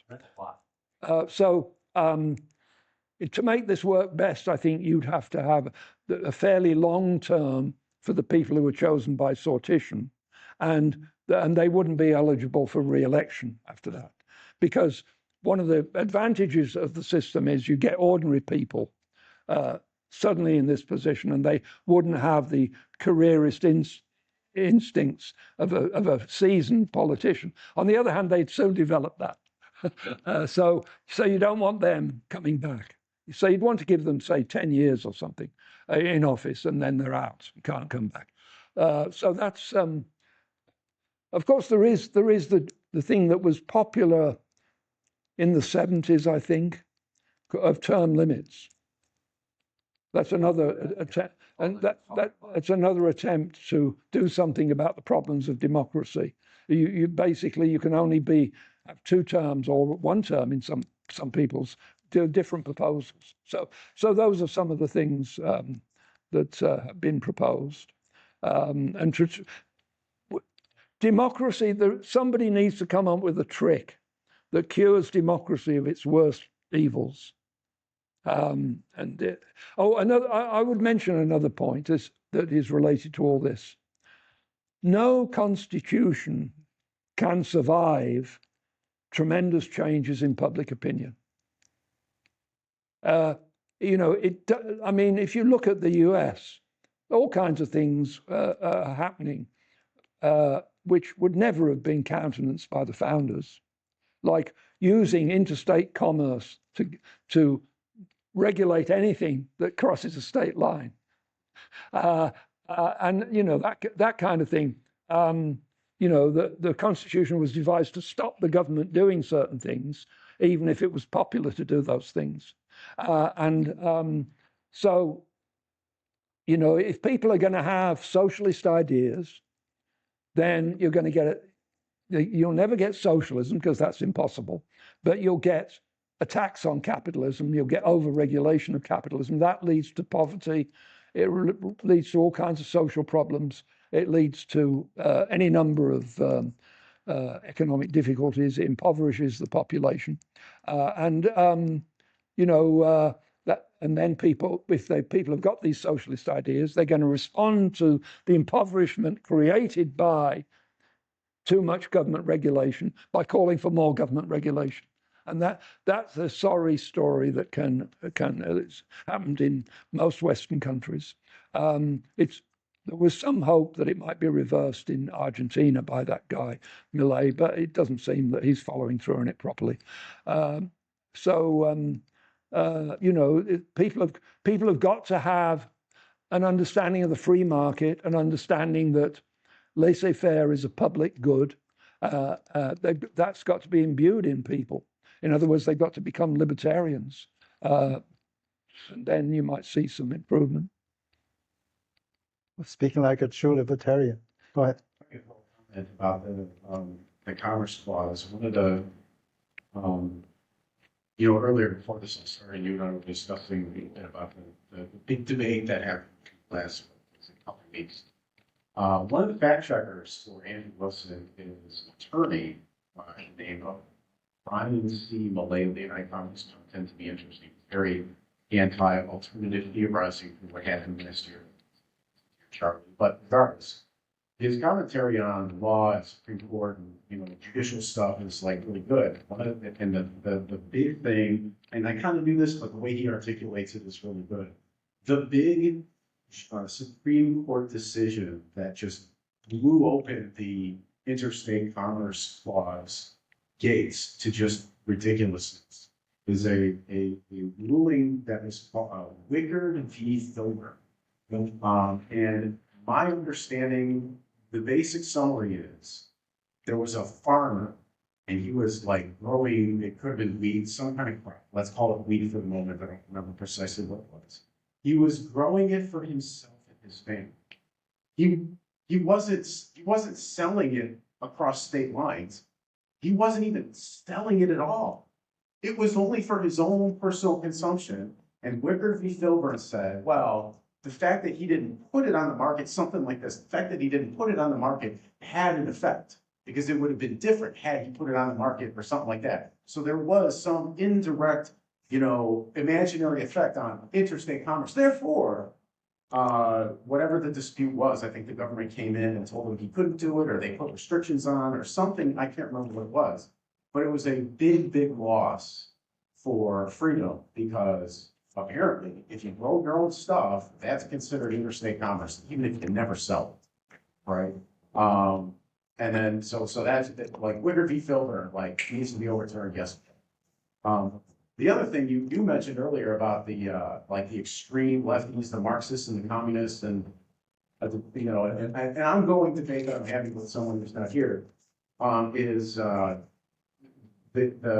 Mamdani and his crew. I think one of them said we need to impoverish the white middle class.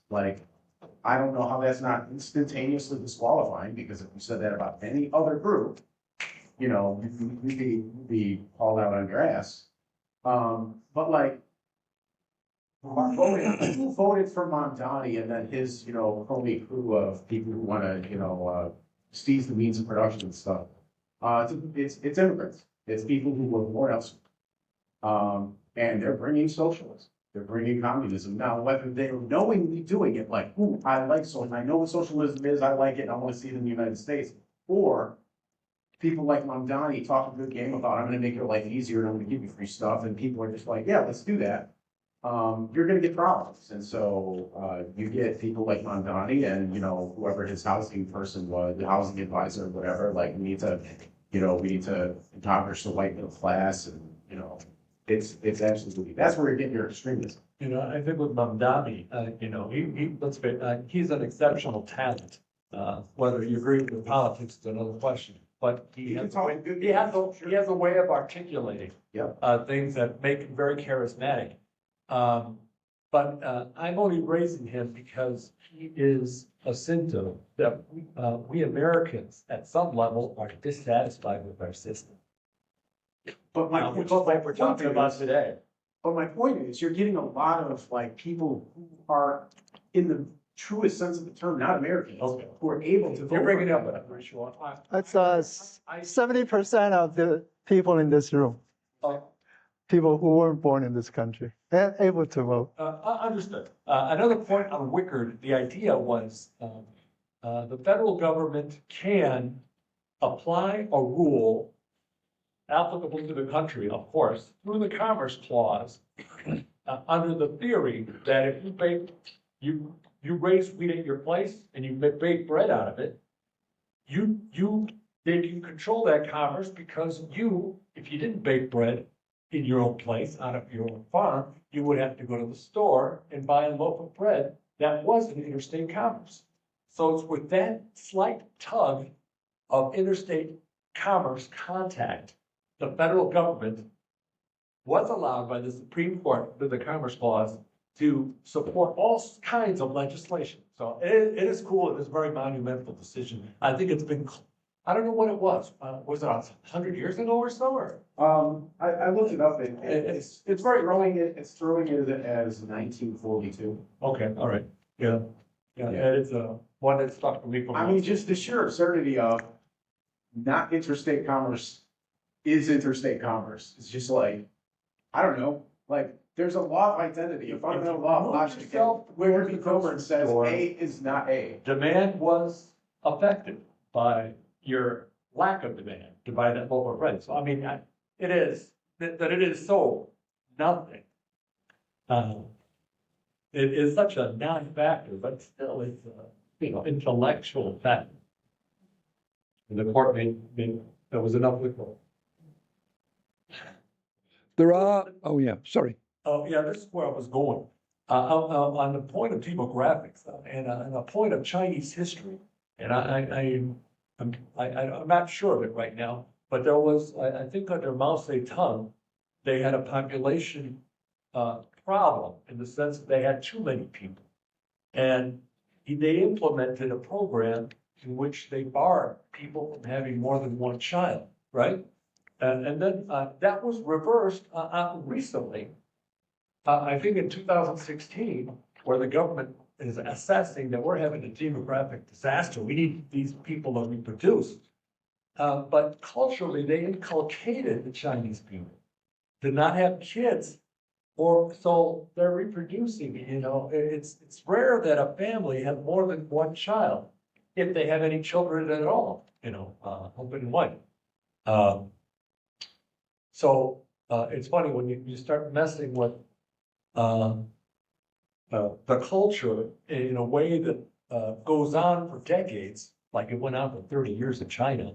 It's very difficult to get them back to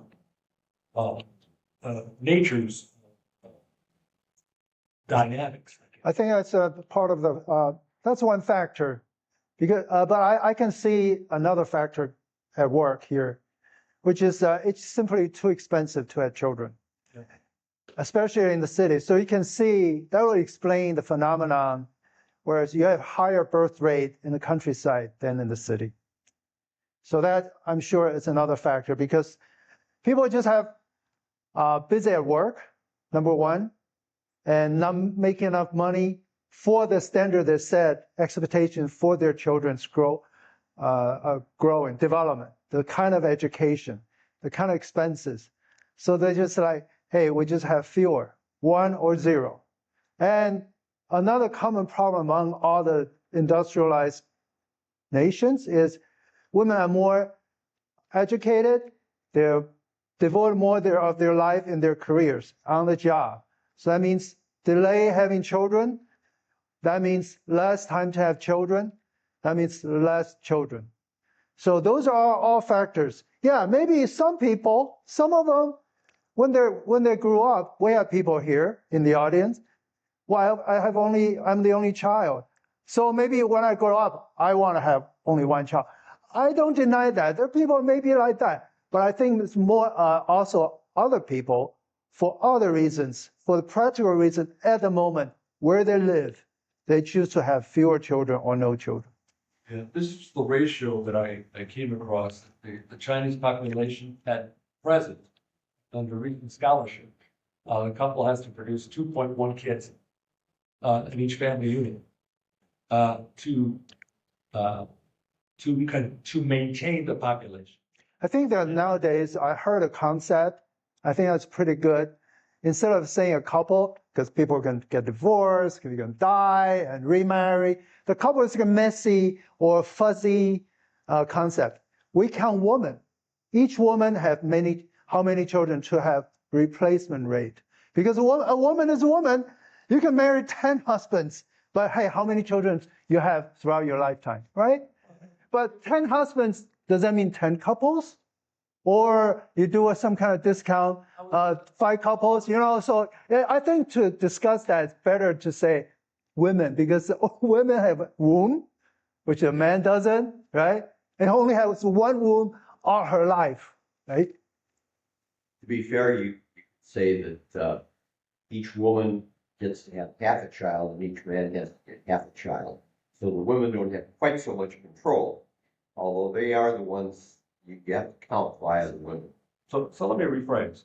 What I remember, I may be wrong. It may be each woman has to reproduce 2.1 children to maintain the population as is, or it could be each family unit, which I understood is husband and wife, has 2.1 kids. But whatever the case, when we hear the story that one child is about it for a unit, you can see the disaster that's coming for China. If population is really needed in 20 years, we don't know with AI, or maybe there's going to be some fixed, or maybe ethics will be relaxed and they can do test tube babies. And but we're going to hit, China's going to hit that wall, and rather soon. Yeah. It's that aspect of thing, demographic thing. I think it affects the economy or the labor force less than the affect the property market, because you can have AI, robotic to replace human labor, and more so. You should probably take a look at the second Chinese 2026 robotic humanoid games. Right? It's phenomenal. It's just now, well, in 5 years' time, you can look at the same games a year prior and today, and you can project the progress in 5 years' time. So you'll understand what I'm saying. The concern out of the demographic decline, or you call it disaster or crisis, it's not on the economy as far as I'm concerned. It's on the property market. Well, so if robots, they don't buy a house, only real humans buy houses, right? Huh? They are trying to get matching services. They have programs in place, much like the Russians. Maybe not as rude as the Russians offering a financial incentive, but there's all sorts of incentivizations and all sorts of programs to try to increase the population going on right now.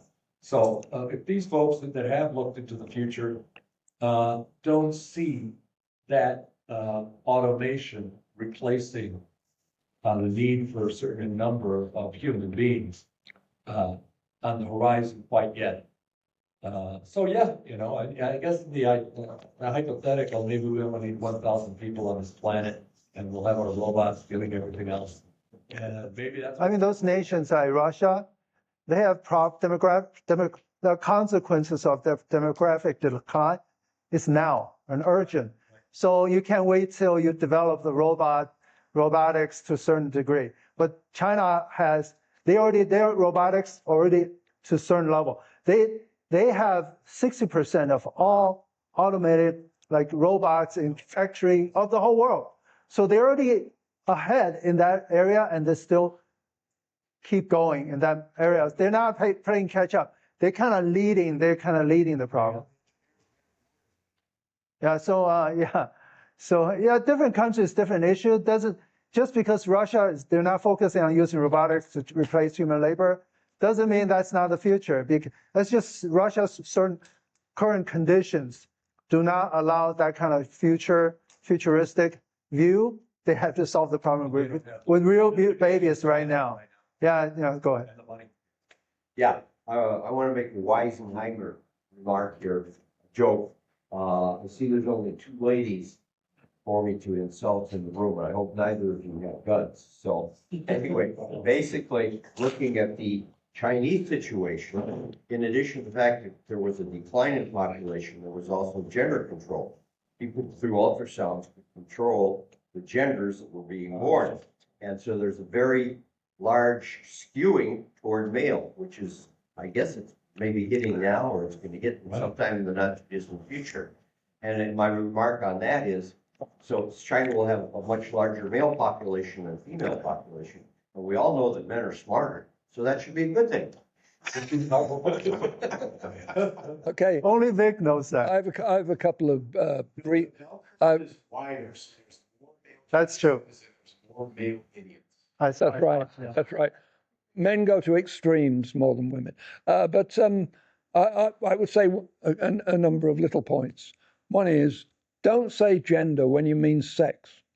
Well, what's the difference? What's your definition? What's the difference? Sex is a biological difference between male and female. Yes. Gender is a grammatical term that you especially useful when you're looking at a language like French or Spanish, where there is no word for it, there is only he and she. So Right. gender should never be used in a biological sense at all. Absolutely not. No. Gender. Yeah, it might engender some trouble. But yeah, I want to say about the whole ideology of antinatalism and how to combat it.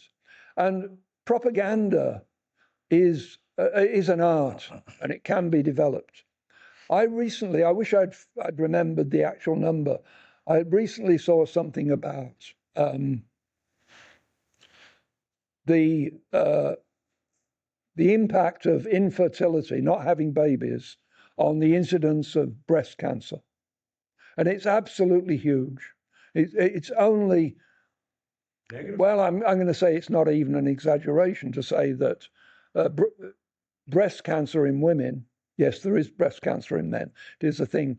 Breast cancer in women is largely a consequence of infertility. And if that was told to women or young girls repeatedly, then it might encourage them to have babies. So that's one point. You're using the terms, right? I mean, infertility means you're not biologically capable. Well, okay, Right. but I don't know if you have an abortion every time you conceive, then that's a kind of infertility. But anyway, yeah. So maybe childlessness maybe is a better term. I wanted to say something about the way democracy and the liberal principles that are necessary for democracy is under attack today. Well, the most striking example in countries like the UK and the US is that more and more the government is, if you are defined as a terrorist, if you say anything in the least bit critical about Israel. Well, what? About Israel. Oh, yeah.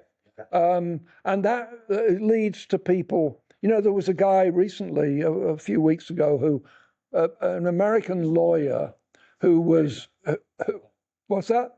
I think it's getting better. I agree with you. I hope so. But yeah, so this lawyer was American, and he went to Britain for a conference, and he was picked up and detained at Heathrow because he was a terrorist under British law, because he had made some statements that were pro-Palestinian. And he was going to a conference that was about the Palestine issue. So in Germany, there is a political party called the AfD, which is German for AfD, right? And it stands for Alternative für Deutschland, right? So this political party has been growing quite rapidly. And unlike other examples, like Meloni in Italy and Le Pen in France, they have not become all compromising and sort of wishy-washy as they've got bigger. They've become, if anything, slightly more principled and uncompromising. So their program is immigration controls, urgent measures to reduce the price of energy, mainly by importing oil from Russia, in order to rescue German industry, which is collapsing.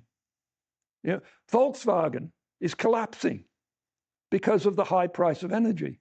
And it's all entirely due to the fact that the German government toadies to the Americans, and they have all these sanctions against Russia.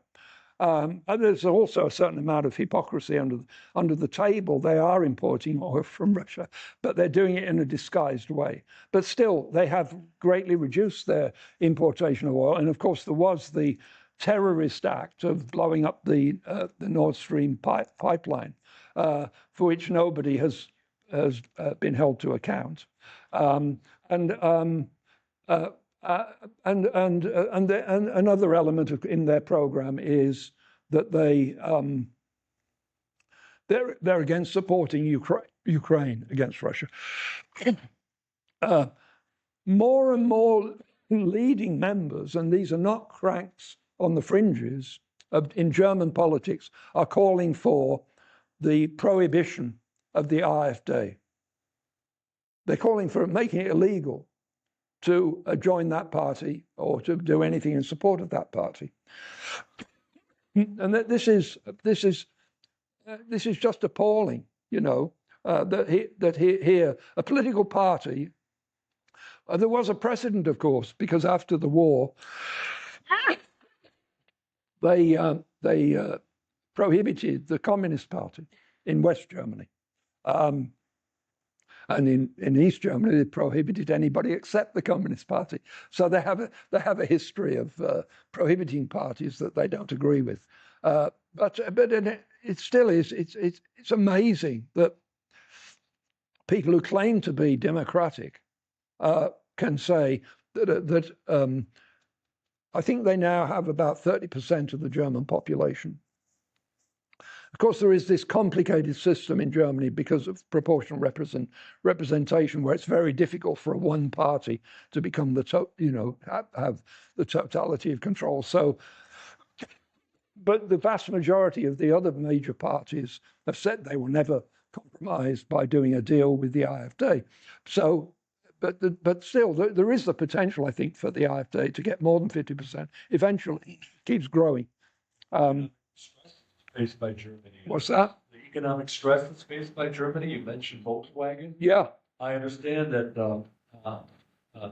their engineering is under quite an economic assault by China.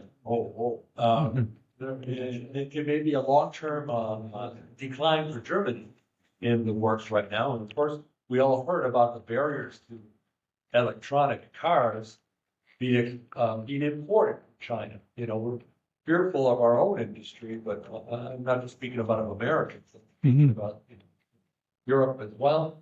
And you know, I'm not saying it's a bad or good thing. I'm just saying that's out there. It's a fact. Right, but I have no doubt that Germany could defend itself from that kind of thing if they had cheap enough energy. The government is making active efforts. Because another aspect of this is, another aspect of this is that because of the influence of the Greens, the Die Grünen in Germany, they're not building any nuclear, and they're closing down the nuclear power plants they have. And nuclear is the only, or don't believe in windmills and sunshine. Yeah, the only alternative to fossil fuels is nuclear. That is at all efficient and will pay for itself. So you've got this anti-nuclear element in Germany, as well as this anti-Russian element. Circling back to your presentation, you know, and the lack of regulation, red tape in the Chinese system, and the fact that they're building these nuclear reactors at such a high speed. Maybe we're due for one of these disasters, and maybe that's on the horizon. I just thought I'd. Yeah, I think the elementary precautions can prevent such disasters. I mean, I think it's to me there's something a bit peculiar about the fact that the country which invented the word tsunami builds a nuclear power station that is below sea level on the coast. on the coast and below sea level. I mean, come on, you know, there is such a thing as stupidity. I think that, of course, another aspect of Germany is that the projecting ahead 30 or 40 years, the majority of the population will be non-German because of all the Islamic immigrants who've come in over the last 20 years or so. You know, so you can see problems developing there. I just throw something out there, like, that's where I think it's a little bit difficult to speculate on, you know, will the AFD get to 50%? Because it's a race against being demographically overwhelmed by, you know, what AFD is fighting against, you know what I mean? So, yeah, I mean, but they seem to be still growing. You know, a few years ago, people were saying, "Oh, they've reached their peak," but and in culturally different parts of the country, used to be their strength was in the former East Germany, but now they're making strong inroads in parts of what was West Germany.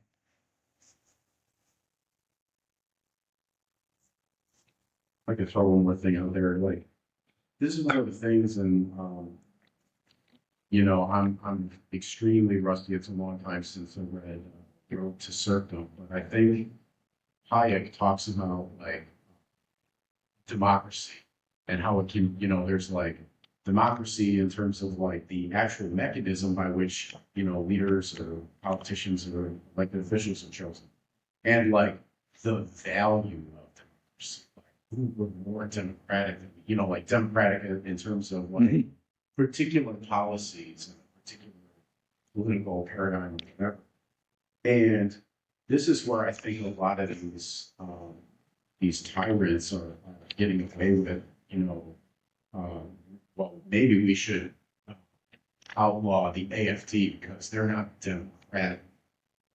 Or we need to lock people up in Great Britain for things they post online that might be critical of immigrants because that's not democratic. You know, that's not enough. That's not consistent with our liberal democratic values. So you get this equivocation between, you know, democratic in terms of procedure and democratic in terms of political policy paradigm type of stuff. And that's where you can get this sophistry. In the name of democracy, we have to cripple the democratic process of you being able to choose the AFD and you being able to post the things you want to post, the things you want to post online in Great Britain without having, you know, DEI Google knock on your door telling you.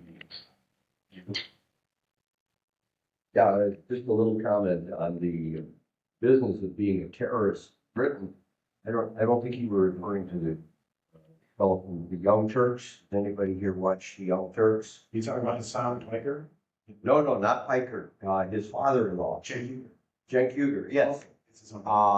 Does everybody know who he is? Yeah, I know. Yeah. Young Turks. And he's very, very anti-Israel. Constantly anti-Israel. I think usually fairly accurate. Anti-Israel. What's that? Shows about anti-Israel? No, he's got a talk. Himself and maybe he's got one or two other people he's interviewing, and they're talking about politics. And he's got one of them he's got a very attractive lady he works with too some of the time. But in any case, Anna Kasparian. What's that? Anna Kasparian. Kasparian, that's her name. Yes, and there's some others I think are even better. That's a whole different subject. He had an experience similar to the person you described. You didn't name them, except for the fact that he didn't get to Britain before they turned him around. Right. They caught him at Dulles or wherever he was getting on the plane to go to Britain. They said, "You can't go to Britain. You've been banned in Britain." Was it the American government that stopped? No, it was the British government that said he may not come in. Okay. And so I don't know whether he didn't have a visa or I don't think, do you have to have a visa to fly to Europe? I don't think you do you? I don't know. But in any case, somehow they caught him at the airport, which I guess was to his benefit. He didn't at least waste the trip, and said, You don't bother to get on the plane, you can't go to Britain. You have been banned in Great Britain because it is very anti-Israeli. Keep in mind, Rubio, the American government has been exercising visa power over folks that complain about Israel on the Really? Trump administration. Oh, I didn't know that, yeah. And it might have been just that. You cannot travel internationally if you say something anti-Israel and the American government finds out about it. Yeah, You may not be able to fly. yeah. I think in this case, it was strictly the British government. They, but I don't know for a fact, but he ranted about that on his show for a day. He was supposed to give some lectures and attend some conferences. See, speaking of freedom of speech, right? Earlier we mentioned Gordon Chang. I don't know who mentioned, you mentioned Gordon Chang? Yeah. I wonder, there's recently a discussion with a friend. If Gordon Chang be allowed to go to China, if you say I will go to China as a tourist or business, would it be let in? My view is he would. Speaking of democracy or whatever, I think Gordon Chang will be let in China. Who is Gordon Chang? Yeah, I don't know who he is. Oh, Gordon Chang is well, why don't you? He's the most vociferously anti-Chinese denouncer of China who has a presence on the internet. He's He's a regular guest on Fox Business. yeah. He wrote a book in 2001 predicting collapse of China, PRC, and Communist Party in 5-10 years time, and more likely like 2011. But in 2012, he said, my prediction is off by 1 year. So by the end of this year, it'll happen. And it didn't happen in 2016. He said, well, he said something else. He said it will happen, but this time he didn't give a timeline. All right, that sort of character, but he still be invited on Fox Business on a regular basis, speaking the same thing. But he got a little smarter because he no longer come out as a predictor. He come out as an alarmist. So he can say China is bad, bad, bad, very scary and fearful, but not because China is good, but because China is big and evil. So Americans have to be careful when they're dealing with China. Have to be careful each step of the way. Don't let them get their way. It's dangerous to U.S. If you do the right thing, Americans, then you'll be okay. So he became an alarmist. He knows he knows better than do another prediction of demise of China. Now he's become alarmist. So if China does not get its way because Americans are doing the right thing, if China gets its way because Americans are not listening to him, so that he won't lose either way. So that's the kind of character we're talking about. But I would think, I have the hunch, you correct me if I'm wrong, we have people from the People's Republic of China. Gordon Chang will not get in trouble when he goes to China. He will be let in, he will not get in trouble. Yeah. I have concrete reason for that. Well, if we have time, still have a little time. Give me 2 minutes. Number one, he's not actively supporting Taiwanese independence in an organized way. I'm sure if you ask him, should Taiwan be the independent country? He will say yes, but he's not actively advocating it in an organized way, so it's okay. Number two, whatever he said is not causing disruption to China's stability. It's not threatening Communist Party's authority. It's not threatening Communist Party's position. Those are red lines. If you're not crossing, you can be egregious, but you're not crossing those lines, you're okay. Well, can people get him? Did they get his, what is it, a podcast that he put in? Of course, I'm sure. Gordon Chang, come on. It's been, oh, they're fully aware. They're fully aware. He actually, before Gordon Chang became Gordon Chang, he worked as a lawyer in Shanghai and Hong Kong. Oh. And where is he now? He's in the United He's in the U.S. and working as a think tank, going on Fox Business. Which think tank? There's a name. I don't remember. I didn't really catch it. If you go to, yeah, I have. Yeah, you can look it up. Yeah. I never heard of it. Some kind. Those think tanks. It's a bunch. There's a bunch of China Hog, that sort of thing. It's so I don't care to remember the name. They're all the same to me. There is also that guy. There was a guy, and I think his name is something like Zihan.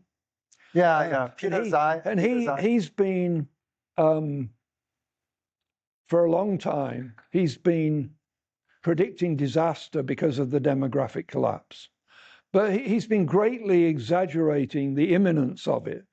And that recently, I seem to detect. I mean, the thing is, I take it you don't watch YouTube a lot. No. You see, if you get your news from the New York Times or the Chicago Tribune or something, you're not going to be aware of the people who really matter. You probably never heard of Candace Owens, right? No, I've heard her name, but No, I don't want to be personal. But the thing is that this guy Zihan, this demographic exaggeration of the exaggeration of the imminence of the demographic collapse. He's recently seems to have switched to being mainly about China. Oh, isn't it great? China's going to collapse in 10 years because so that's one thing. He's like Gordon Chang in my mind. You know, I mean, I'm very reluctant to use the word bigoted of anybody, right? Because people tend to use it for views they strongly disapprove of, whereas bigoted doesn't mean that. It means impervious to reason, right? Doggedly pursuing a certain line without. You can be a bigoted, you can be a totally unbigoted racist, for example. There's no contradiction. But one thing about this whole China demographic thing, and I think it's easy for your intuitions about arithmetic to be thoroughly misleading. So I would caution against making too much of this. But we have to remember, China does start with more than a billion population, more than a billion. That's 3 times the population of the United States. If it's possible to reverse, and also they don't have a huge immigrant population at the moment. They do not have a huge immigrant population. So in other words, that's a disturbing element that you get in the US and in Germany and other countries and in France. That's a source of tensions related to population that, and the point that Victor made about certain people will take a, will because they're a minority group in the society, will take a position that's against the interests of the majority. But anyway, you're starting from 1 billion, and there's a long way to go before you're becoming extinct, right? Yeah. China needed a lot of people before because of like all the labor was actually pretty much like manual. Now, when they actually start replacing manual with a lot of like robots and stuff like that, now they don't need that many people in there. So I guess right. gradually decrease because it's right now 1.4 billion. That's a lot. Mm-hmm. So they can decrease it to 800 million, 600 million. That's going to be enough. Right, and the other side of this is that traditionally China was overwhelmingly subsistence farmers, in the people's communes or whatever. And there's still a lot of people in those formerly subsistence farming communities. They're now generating a bit of a surplus, and they're not purely subsistence farmers.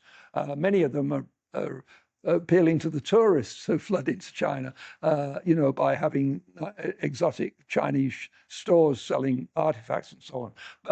But the point is the supply into the urban, industrialized, modern sector from the countryside is still got some way to run in China. So the actual people involved in a modern industrial economy is continuing to rise every year. So again, that's another aspect of this whole demographic situation. I think we're down to pretty close the library close time. So I want to thank David to bring this library closes 5, but usually they want you to wrap things up by 4:30. So let's thank David for bringing this enlightening discussion to the House of Geopolitical Forum and the fun-filled Sunday afternoon. Thank you. Thanks. Thanks.